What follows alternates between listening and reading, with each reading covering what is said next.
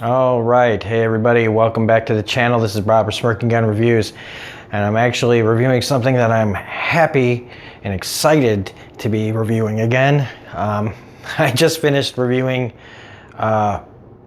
Castle Rock, their new episode 6, and I felt like a guy in front of a firing squad just getting ready for all the hate comments because I just am not enjoying that show. So it's so nice to get back to a show that I enjoy talking about. A show that things happen on an episode-to-episode basis that actually has impact so that you have something to talk about. That's not just, I don't know. But we are at the penultimate episode of Season 2, Episode 9, Detonation. What a fucking goddamn great episode. So much to talk about. So spoilers if you have not seen the episode. Okay, so man, it just can't, nothing is going right for the Japanese. You know, the problems that the Nazis are having are nothing compared to what's going wrong with Japan. So, I mean, yes, in the Nazi Reich, Hitler's dead, but they've got a new guy that's just raring to take the reins from Hitler and just keep running to an even worse place. So let's just go with, man, there's so much to talk about. So let's go with Togami. So here at the beginning, you know, they're watching a film strip about the testing of the atomic bombs after Hiroshima. This is like later. These are the kind of things that the Americans are doing to kind of freak out the Soviets, showing how much bigger and worse the bombs are getting. And it is scary to still look at those films and see the destruction, that we're capable of. And it's shaking Togami because, he's now in this reality where they lost the war. Hiroshima and Nagasaki and all that are wiped out. And, he's there during where it's the end of the Cuban Missile Crisis. And, it's time for him to go. And it's really, it's sad and emotional because they don't know that he's not there to Togami. And he has just now reestablished a good relationship for the Togami of that world with all of them. He has repaired all these things, but now he has taken way longer than he probably should in our reality, or this, that it's almost like, hopefully him leaving, they're going to be mad, but hopefully there are good things that stick with those people, knowing that he was better than they remembered. But he has the film strip.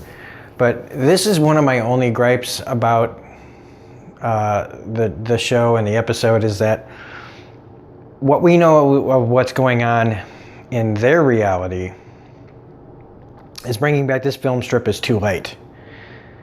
Everything that he's learned and gotten to be, learn as a person, fixing his fractured family in a different reality, seeing how things could be for himself, and then coming back with this to try to save what's going on, it's too late. And it just kind of feels like, why did they take him on this journey besides fixing himself as a person, besides learning new things about himself?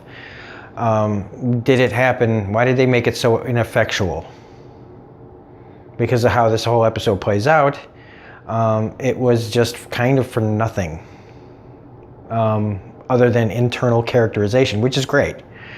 But this show doesn't usually take you down a path that doesn't pay off. And the film strip just kind of seemed like he didn't really need to bring that with him. So I love that Julia and George, they've taken Lucy and they're blackmailing her husband, who is important on the news, to tell the world that Hitler's dead. The Reich doesn't want anybody to know it. They just controlling all the information.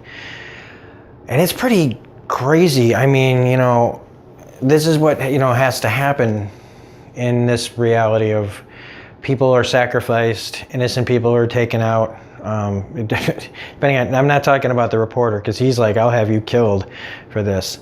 But given the leverage that they have about her child and everything, he goes on the news, and that's just one of those creepy moments that you could actually see happening in the world of any, reality.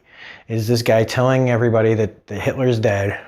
You're all being lied to, and you can hear the off-screen, people coming in, and him just getting shot in the head, and then like instead of cutting away, they show the guy like go, like to make sure that he's dead.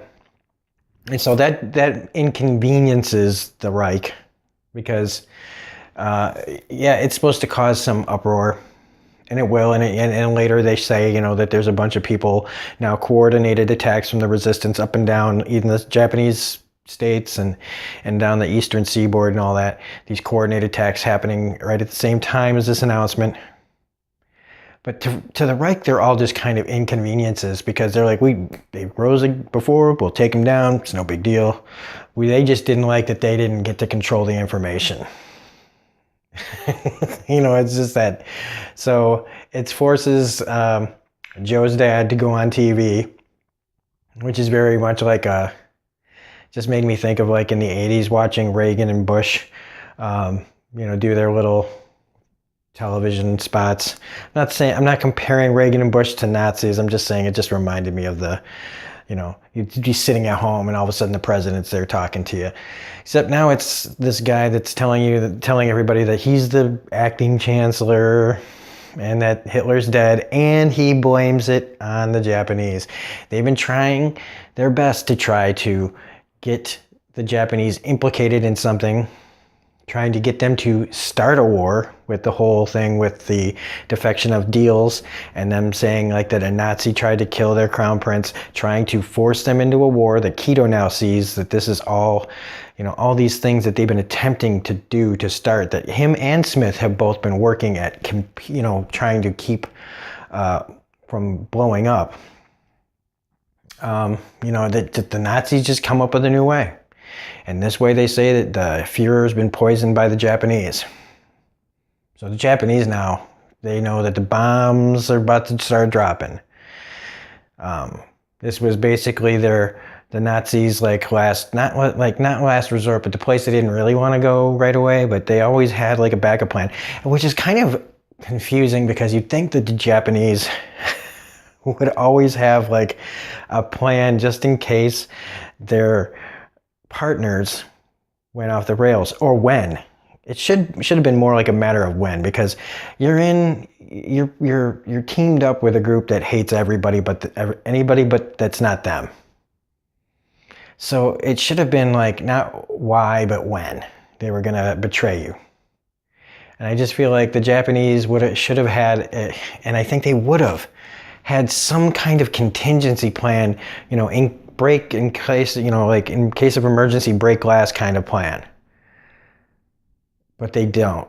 They don't really. They just got this general saying, oh, well, we're going to get the nuclear scientists out of, San Francisco, and we're going to stay here. And this will be our last war, and they're going to drop the bombs, and our grandchildren are going to survive, and blah, blah, blah. But they don't really, the emperor is immortal. Maybe that's their problem, is that it seems like the Nazis are more, what's the word I'm looking for? They're more like they just are always on the move. They're always just moving forward towards, their end goal. And I feel as like the Japanese are more like passive about it. Like they kind of tend to accept their fate a little bit more, which I just don't get. But whatever. I mean, these rats were all going to turn on each other anyway. And so, let's see. We have Ed getting found out by Frank that they were, why Keto would have just shot him in the face. So he finds out that Ed was, giving them information, but it wasn't about the resistance. It wasn't about the bomb. Showing Ed still trying to, he's still trying to be Frank's friend, Frank is still just bent on taking out the Japanese. So Ed and Bob, they're getting out of Dodge, which good. Frank is still planning on taking that bomb to the place where the general is. But now the girl's supposed to go with him. And of course, Frank, being Frank, is like, I don't want to get her involved. I've already screwed her over, then screwed her over, blah, blah, blah. Frank just constantly trying to always have to be the protector. And it goes towards that flashback of Frank, helping Julia, protecting her, always like looking out for her, like kind of just seems to always be his role is somebody who just needs to protect somebody. But he's never looking out for himself. And even in this, like he just kind of accepts his own fate, that this is a suicide bombing kind of situation. So they're off to go do that, her and him. Now Tagomi comes back after a really nice scene with Julia. And, he's been gone like for a while. And his assistant, how many different excuses had that guy had to come up with to say why he wasn't there, and all of a sudden just poof, he appears. And this is also where we are, yes, this guy is not from, his assistant isn't from our reality. He is from the reality where the Japanese lost our reality. And that he's been helping Tagomi and all this stuff. And hopefully, in season 3 and stuff, we get like a lot more of this. Because all they really give you is an explanation that he was hurt, he found a way to escape his pain, and it ended up transporting him here. And that's about it. I love his reaction, the tears, like, he's finally able to talk about it to somebody. And Tagomi calls Kido, who is in the middle of his own thing, because now he knows that, they're fucked. But Tagomi says, I got to come over there right now. I'm coming to tell you, talk to you and everything. Meanwhile, Julia has a visitor. Thomas comes to her house telling her, like, I know everybody's lying to me. I know I'm sick. She doesn't tell him anything, very smartly, keeps out of it as much as she can, knowing she's being recorded, So, of course, this eventually gets back to Smith. And sees the recording of Thomas being, like, knowing what's wrong. Now, he asks for the film. I don't know if he kills the guy who reported it to him, but he does have that dark look to him, like they just cut away. So I kind of assume that guy's doesn't live very long past that look. They just don't show it. He calls his wife, where's Julia, where's Thomas? They need to be found. So that's going on there. And the look on Joe's face, I want to go back to the announcement of where the Chancellor, Joe's father, says, the Japanese did this. And during that, like right before that, Joe has that talk with the girl about, I can believe in a person but not a cause. And that look in his face when his dad said that they were, they poisoned the Hitler. That look was like, that's bullshit. Like, I was there, dude. He didn't get poisoned. So we're going to see how long Joe's loyalty to his father, his new loyalty, this convenient loyalty. Like I've said this before, Joe's not the brightest bulb. He's supposed to be genetically the same as Hitler, like on a DNA level. And I'm not saying that Hitler wasn't crazy, but he wasn't stupid either all the time. That's a difficult thing to talk about, but let's just say I still think Joe's not the brightest bulb in the world. And his genetics should say a little bit differently. But, now he's like, oh, my dad's a bad guy. What? Like, he just kind of felt, his loyalty was quickly earned, and now it's quickly going away. So Joe's got some mighty, big decisions to make.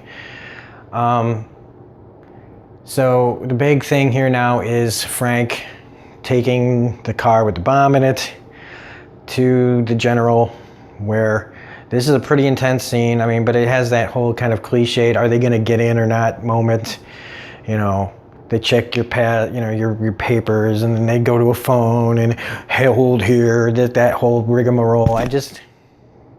You know that eventually that something's going to happen and they're going to get through, right? Otherwise, how anticlimactic would that be, where they're just like blow up the car and it's all for nothing? But they get in, and yes, you do have this. Tagomi's on his way there. Kito's expecting Tagomi. The general's giving his big speech. And Frank and her are inside. And Kito and Frank see each other. Well, Kito sees Frank. Frank tries to hide. Mr. Fring! Frank sees Kito, pulls his gun, shoots him. She starts shooting. And then, boom.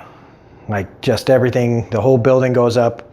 Tagomi's fine, and Kito ends up fine. Now, whether Frank is dead, I'm not 100% sure. It feels like he's dead because they have that moment. The general's probably dead. The girl's probably dead. Maybe. Frank, though, it does kind of seem like he's dead because they go back to the flashback where it's Ed and Juliana and him having a little cheers, like to us moment. It's kind of like saying goodbye to Frank, like he's the first one to go.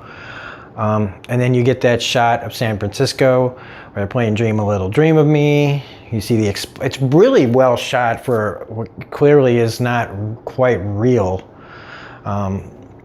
But Bob and Ed seeing the explosion and just knowing, they're on their way out of town, and there's probably Frank's big contribution here. So it's a big episode. Really, really, this is why they call them penultimate episodes, and this is how you do, there are mysteries on this show, just like on Castle Rock, but this show handles everything better. This show has better writing, better acting, better showrunners. I didn't mean to go back to Castle Rock. I apologize. That show really frustrates me so much that it's oozing into the other shows, poisoning what I like to talk about. So anyway, I can't wait for the finale because I clearly don't remember it. I hope Frank's still alive, but if he is gone, that's one way to go out. Except Kito is still alive, so, the guy who killed your sister and your niece and nephew is still walking around. So that's why I kind of am hoping that Frank is still alive too, because while Kito is an awesome villain, same as Rufus Sewell, it kind of feels really underwhelming and sad for Frank's character if he wasn't able to get Kito at the same time. But that's life, right? Sometimes things just don't work out the way you want them to. So anyway, if you like this video, please hit the like button, comment, share, subscribe. Hopefully more people will start watching this as the premiere of season 3 gets closer. That's early October, I believe. So it's another reason why I was kind of taking a little while to get to this, because once the next video is over, we're done till October. And I plan on still doing an episode by episode basis for season 3 when that comes out. I'm not going to binge it. Well, I'm going to probably binge it, but I'm going to make videos one at a time, not for multiple episodes at a time. So anyway, we've got more videos coming today. We've got Ozark, we've got The Expanse, and possibly, I don't know what else. But anyway, this is Rob for Smirking Gun Reviews saying thank you for all the support. We are at 220 subscribers. And it's all from viewership like you. So anyway, thanks again for all the support. And we will see you on the next video. Bye. Have a great one.